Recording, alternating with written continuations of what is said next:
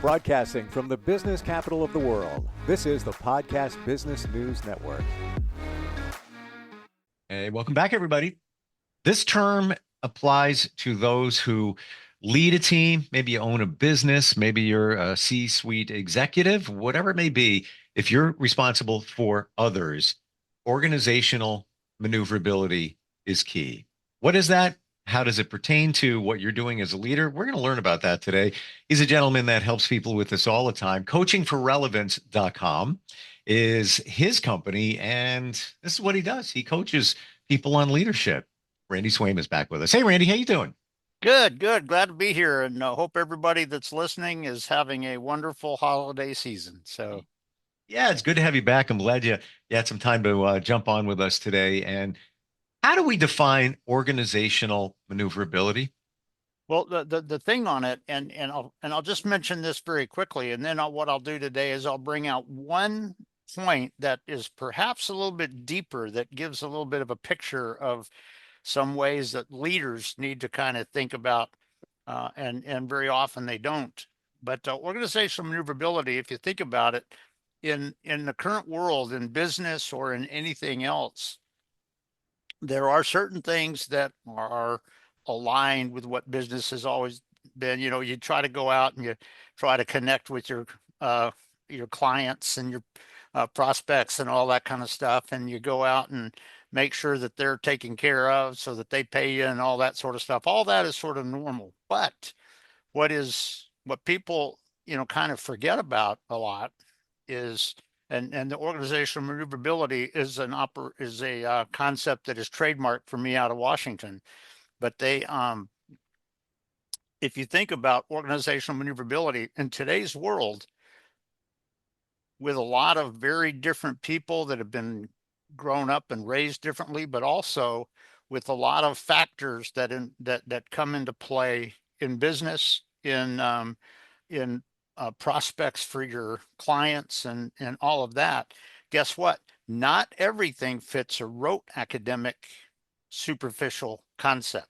So it's not just sort of playing the game of doing that, but you got to be aware of kind of how you're going to do that with not only with the potential, clients, but with your team and your team members and in your leadership. Guess what? What your team is becoming is very reflective of your leadership and success or not. And so that I'm going to kind of bring out just one aspect of that a lot of people don't realize. But I know a lot of people, and this is kind of one of the things that I relate to it with my pilot background and even my current pilot background, because flight crews and pilots and all that is one area where I bring a lot of this leadership aspect to. But what I take is, pilot leadership lessons, because guess what? When you go fly an airplane, not everything fits a rote academic thing, kind of thing. And you got to be ready for when it doesn't, you know, and what when you look at organizational maneuverability, what I kind of claim it as, it takes pilot leadership lessons and applies them to leading your teams in a rapidly changing, unpredictable environment. And so that's kind of the general picture of it. But I will bring one aspect of it that is a little bit deeper, that very often people don't really sense. But I will say this, that leaders need to understand it, because it's critical for where you're taking your team and are they really moving towards success. So I'll kind of bring that out, but it's a little bit of a deeper picture in a rapidly changing, unpredictable environment. Well, when you talk about flying, piloting a plane, there you go with rapidly changing environment. Anything can happen. I mean, the weather alone, right? That's right. That's right.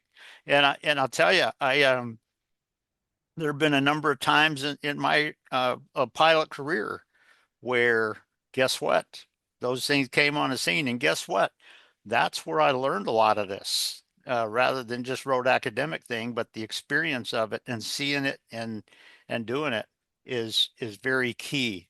But when you are looking at that, there's one thing, and I'll go ahead and kind of lead into this just so that we're good on time and everything. But Now, I'll share one thing with you, that when you're talking about leading your team, it's not, if you're a manager, it's not just about you pointing fingers at your people and telling them what to do and dictating and all of this kind of stuff. There's still some people out there that think that that's leadership, but it isn't. And the thing I want to bring out, and it's just one aspect of this, but it also draws a little bit of a picture for how a leader needs to be involved in that kind of a thing. But it's this: when you talk about the people that are leading your teams, what you got to realize is that each person has perhaps grown up or been developed in a little bit of a different environment, different area, different whatever kind of thing. And here's the thing, that when you have a rapidly changing, unpredictable situation coming on the scene, guess what? You may have one or two people in your team that are aware and sense certain little aspects of it that nobody else does. And guess what? There are times when that can be very important. If in leading your team, all you're doing is going to a rote, superficial academic thing and then blaming it on the situation if it doesn't work, you're not being a good leader. But here's the thing: you may, when you have a certain factor, and one of the things that I tell people is, and this is true with aviation, as you just said, that when you're kind of moving in your strategic direction here, guess what? One of the things that I ask people a lot of times is, 4 to 6 months down the road, if the factor comes on scene that was the least expected, least understood factor you would have ever imagined, what do you think it's going to be? And I get them thinking about that. But the bottom line is, what a lot of people that are managers today may have a tendency to do, not everybody, but if they have a sense where there's a factor that's coming on the scene, and one or two of their team members see a certain thing about it where everybody else doesn't, there's a sense where sometimes they'll say, okay, well, we'll just do this, just do this, you all do this, shut that up, just go do this. But you know what? That's not what you want to do. And I will tell you that if you have to do that right at the moment because you have not developed your team to be functioning that way, that's your fault as the leader. But here's the factor: guess what? When you maybe have one or two people on your team that sense or experience certain factors of that nobody else did, sometimes if they verbalize it, that can be revolutionary in what you're trying to accomplish. Mm. And if you're shutting them down and just shutting off their mental processing, to include neuroscience kind of thing, if you're just shutting off their mental processing, you are not getting the job done. But you do need to be aware of one thing that a lot of people may not even sort of sense on this. But when they mention that, if you have one or two people, let's say you have 6 people on your team and 2 people mention one aspect of this situation and the factors that are coming on board that nobody else expected or realized, guess what? That should be a good communication point for a moment. Now, as a leader, the thing you want to be aware of is when you hear how the team is communicating that, you want to be aware of, is this like a synergistic team, or are there one or two people that sense that coming on board to try to control everybody just to kind of pat themselves on the back? Those two are very, very different. And the second one of that, patting your, controlling, freaking, and all that, that's not what you want. And that is not what you want to allow in the team. But if they're mentioning one aspect of it that make everybody else go, okay, you know what? Yeah, let's watch that as we go forward. Let's watch for that possibly. And you know what? And people are, kind of have a little bit of a vision to watch it as you're stepping forward. Guess what? That can be a huge value to it. But one of the things as the leader, you have to be aware of And sometimes this can be very vague. And if all you're doing is just telling them what to do and pointing fingers, you're shutting them down. You're shutting their processing, you're shutting their brain down, you're shutting their vision down, and they're just going on autopilot and just, okay, I guess he just wants us to do what he says and just whatever the outcome, kind of thing. And that you don't want on your team. But you also have to be a little bit aware, because when you look at that and you're aware of that, when they're bringing up these one or two little aspects of this factor that's coming on the scene, you want to be looking at that, because guess what? It's not overly clear cut all the time, but is the rest of your team coming together like this and going, yeah, let's watch for that as we go forward. You know what? Let's be ready. You know what? If that gets bad, here's what we'll do. And they know that as we go forward. That can be huge, but it can be very insidious also if those two people are playing control freak games with the rest of the team to make everybody solely dependent on them. If that's what's happening as the leader, you got to kind of shut that down. And because that's going to cause the rest of the team to not be able to envision what's important to really get us to the success that we're looking for on this. And so as a leader, sometimes instead of just shutting everything down and telling everybody, yeah, just do what I said, kind of thing, and that's all you do, that may not really get you where you want to go. Because here's the thing, if they saw that one little aspect of the factors that are coming on scene or whatever, guess what? That may be something that nobody else saw. Then that may be something that if you can either work with that or cause it to not be a problem or whatever, that can basically take you a lot further than maybe you would have gone with it and reached a higher level of success. But very often when you look at your team and you see that aspect of the oneness and how they're communicating, how they're working together, sometimes mentioning that to, from them, that can be a positive thing, because if nothing else, it enhances the situational awareness of what you're doing. But on the other hand, if it goes far enough where somebody's just trying to control and they're just trying to say, well, all of you are just screwed up because you don't see what we see, that is not professional, it's not ethical, and it's not teamwork. And so as a leader, you have to gain a little bit of clarity on what are the factors that are coming on scene in your team that show you where it is on that range. Because, here it could be extremely positive, very, very positive. Here it could be dysfunctional. Do you see in the reaction of your team and how they're working together, how that can be, where on that range it might be?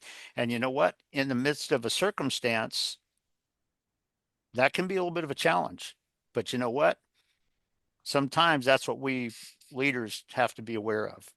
And so, is your team developed to be able to work together in situations like that and to really make the difference?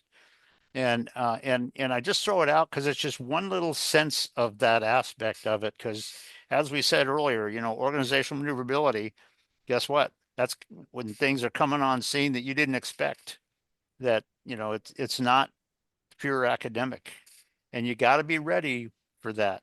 And so, how is your team truly being aware that they are ready for that and they can work together and they can reach radical results in their communication, in their synergy, in their teamwork, in their belief of who you are as a leader, as the team is, in the situation that they're in?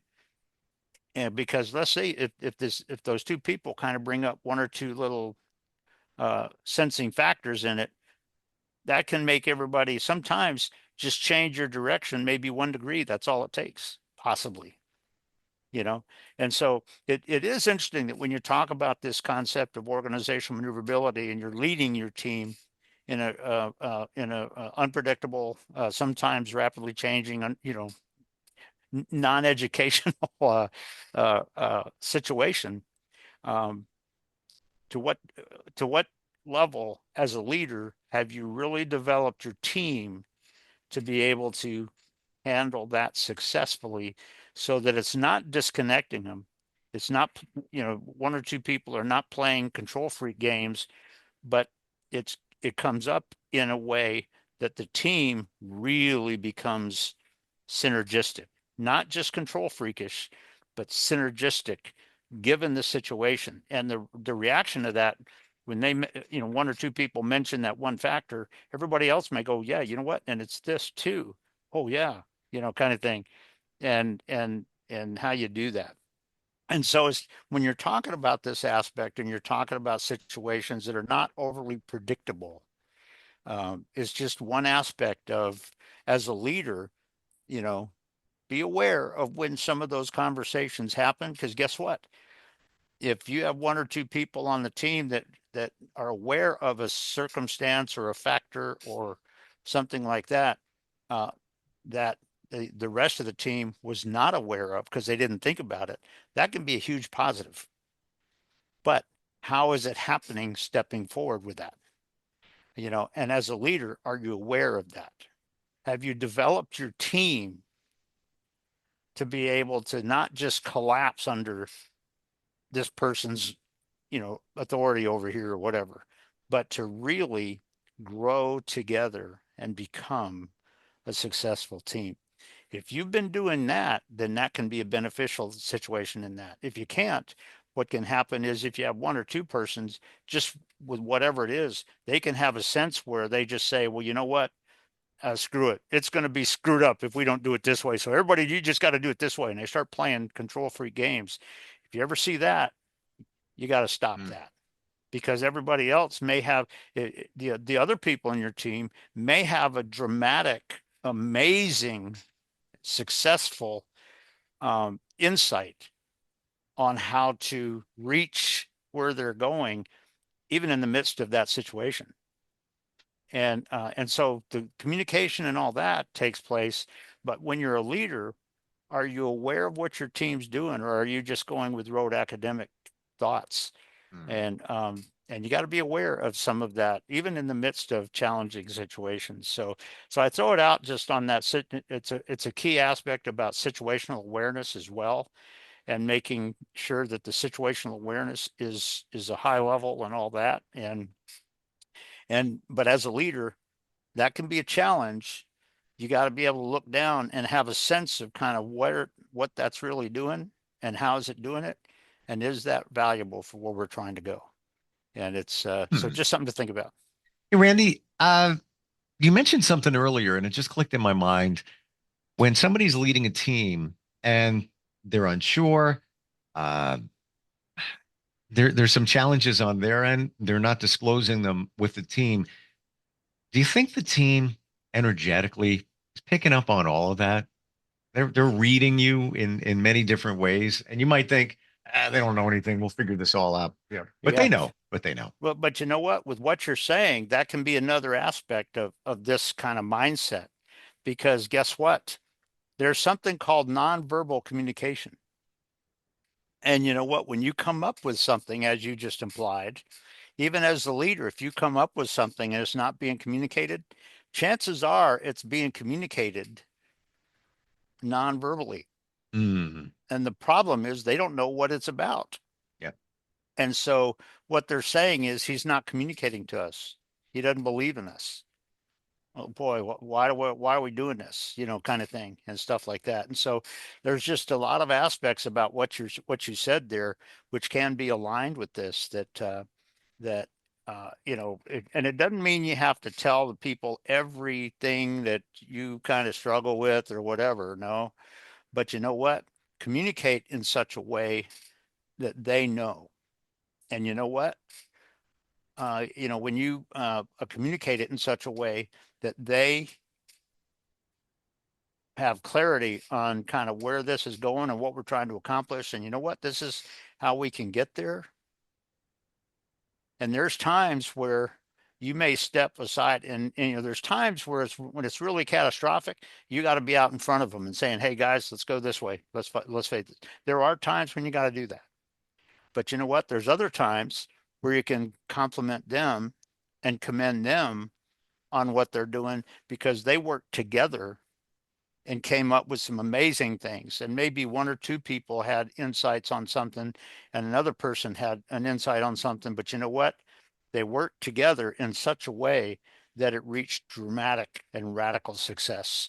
And if you can do that, that is huge. But it's when you talk about this aspect of organizational maneuverability and all that, being aware of, your people are different.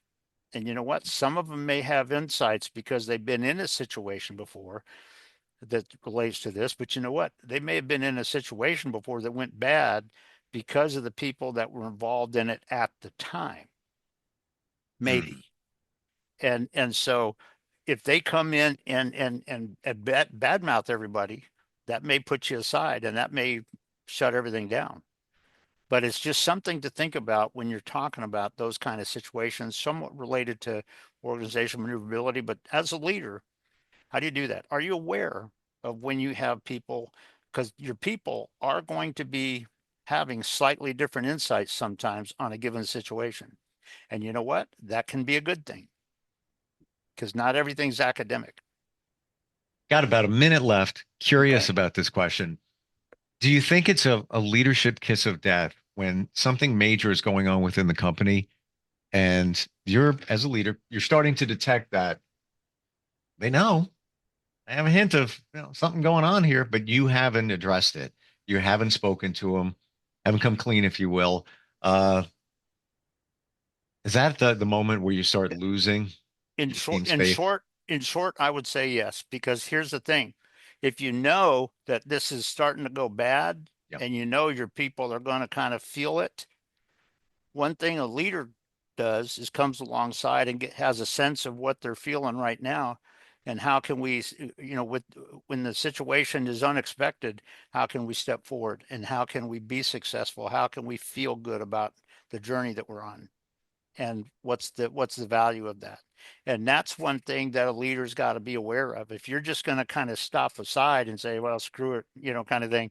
If your company is going bad, guess what? When you talk to your people, they may, because of the way you connected with them in a positive way, they may come up with a dramatic, radical picture and vision. And it may be something that some of the executive people look at it and go, boy, I didn't think about that. Mm, And somebody goes, well, I'd like to. mm. Oh, You know, let's look at that and start building a strategy on the company possibly. So yeah, there's an aspect of what you just said that if you just do that and not communicate to them and not go connect with your people, they're going to feel disconnected, and that is not good. back to the aircraft analogy, you're on a jetliner, you hear a noise, you little vibration, you're the Yep. passenger, the leader is the pilot. Nobody has said anything to you. How do you feel? Yeah. Yep. How do you feel? Yep. You, And you're wondering if the plane going down, what's going on? They're not telling me, right? yeah. And to be honest, that is true. That's a good picture of it because that's why the flight crew has to be able to communicate with the passengers Yeah. and the flight attendants because guess what? Tell them, just want to let you know we got to do this, but I want you folks to be okay. And I will tell you, in fact, I'll give you just one example on this. Take just a minute or two, if that's okay.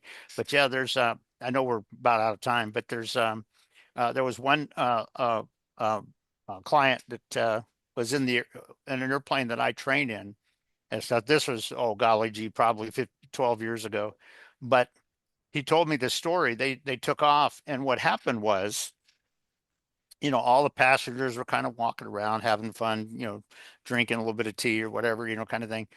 And the cabin entry door light came on, but the door was not opening. The door was not loose. What it was one of the little pins in there had had pulled off the electrical connection. And so it turned the light on. Now that there was no risk to the door, but the flight crew came on and the captain said, "Ladies and gentlemen, I'd like you to go back and sit down in your seats and strap in again." And he said, "I want you to understand there's no threat, there's no risk." And he said, "But uh, uh, we just, want to, just in case anything were to happen, we just want to let you know we got one light on up here that's not a big risk, but we just want you to go back and strap in and be comfortable." And they did. All the passengers did, the flight attendants did, and unless a passenger needed something. But guess what? They went back, and they landed. And guess what? When they landed, the door opened just perfect. And Yeah. it just so yeah, that's just one little example of what you're talking about. But to be able to connect with them to the extent that you are bypassing that and not connecting with your people, that can be the dysfunctional and Sure. the unethical and the lack of leadership that happens. So, a lot of times in stresses like that, there's a lot of things that can be at play, and with different, like I say, different senses, different things they see because of the way they were kind of raised or whatever. Mm. But guess what? If you bring it together, Yeah. it can be huge. Even just some transparency, to your point about the door situation, at least the team passengers know a little something. So you're Mhm. thinking, the pilot, the leader, is thinking about them and their feelings. Maybe you Yep. don't have to know everything at that moment. Good stuff Mhm. today. Website is coachingforrelevance.com. Yep. If you're looking to up your leadership game and make big differences in your organization or even your business, you're not a hard sell. Reach out to Randy. That's Talk. right. I don't do sales pitches. If you got a need, yeah, we'll come up with something, but I just connect with people and get to know them. Yeah, just have that conversation. Randy, thank you so much for being here today. Okay, we'll look forward to it again, Appreciate it. Steve. You got it. We'll be right back.